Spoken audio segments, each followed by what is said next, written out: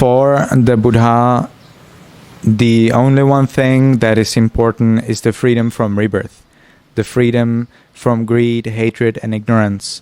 And greed, hatred, and ignorance are the cause of rebirth. So rebirth is not something that would be noble or appreciated or pleasurable. And the only condition for rebirth, as the Buddha teaches in the Four Noble Truths, is craving. Of course, craving has a condition and so on and so on. But in the Four Noble Truths, the condition for suffering is one, and that is craving. It's also mentioned in the Satipatthana Sutta, where the Buddha explains that suffering is caused by craving, and craving is threefold. Namely, craving for sensual pleasures, existence, and non-existence. And for the Buddha, only this thing is important. Nothing else is important. If somebody, like when the Buddha teaches Dhamma to somebody, when he teaches the teachings, then if there are two people, let's say there are three, because I'll tell a story. Let's say that there are three people, and one person will hate the Buddha for that, what he teaches, and they will be born in hell for the hate. And the remaining two will become fully enlightened, or let's say on the third level of enlightenment, then the Buddha still will teach.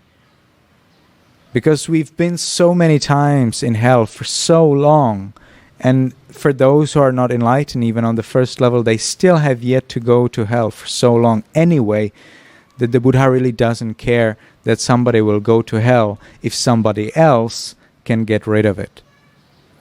So there is a story of this lady known as Ma Gandiya. She was, I think, one of the most beautiful, if not the most beautiful in all of the region where the Buddha stayed at that moment. And at one point her parents went into the forest to see the Buddha, and they saw the Buddha and they thought, wow, look at that. No man is worthy of our daughter.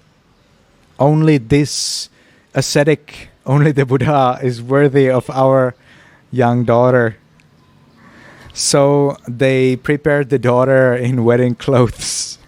And they brought her up to the Buddha and they said, come on, Buddha, this is your wife. She's for you. And the Buddha says, I would not touch her even with the toes of my feet. And then he explains how the body is filthy. And after saying that, the lady became immensely furious and angry with the Buddha, and later she was born in hell for that. But the parents at that very time attained the third level of enlightenment.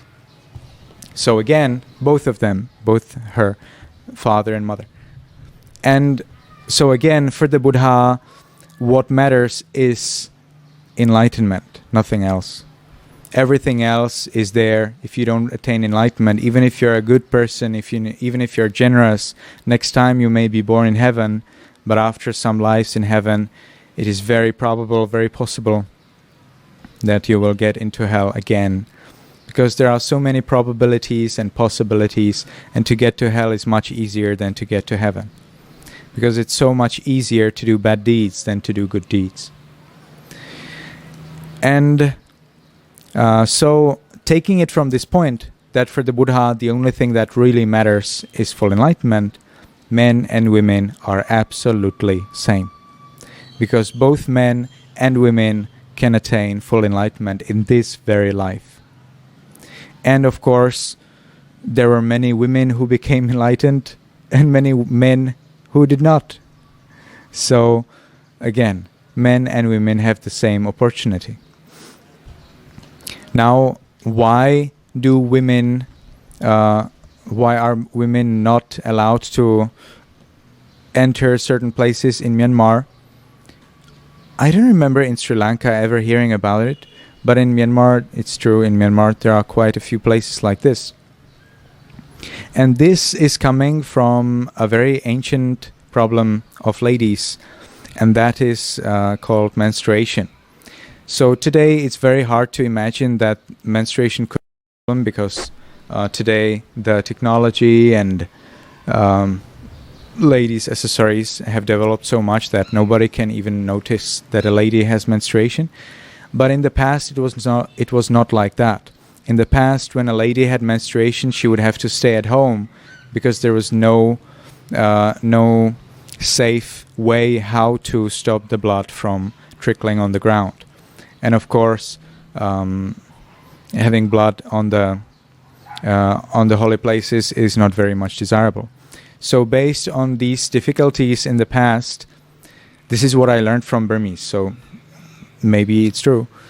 So the tradition has remained. Another thing, which is my theory, another thing which is a good reason for ladies not to touch pagodas or Buddha statues, is that monks and the Buddha as well follow special rules. And one of the rules is that they avoid contact with women. Now, the thing is that the Buddha has passed away and the pagoda doesn't resemble the Buddha at all.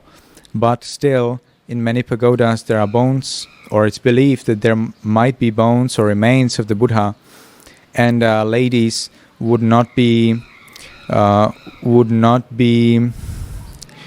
appreciated if they touched, the Buddha's body, or that what represents the Buddha's body, because it would be similar to touching the Buddha himself. And I would like to suggest that it should be to the other side as well. So if a lady becomes fully enlightened and there is a pagoda or statue of the lady, a monk by no means is allowed to touch that pagoda or statue. So we can see that even in our scriptures, monks are strictly prohibited from touching lady statues, but the condition for that is lust. So theoretically, if a monk doesn't have any lustful thought at all, he could touch a female statue, but traditionally, no. Traditionally, no monk ever is appreciated for touching a female statue if they happen to. There was a case of a lady who was believed to become arahant, to become fully enlightened in the recent past, and that is in Thailand. Her name was Maji Gao, and this lady Maji Gao passed away, and a pagoda was built in her honor.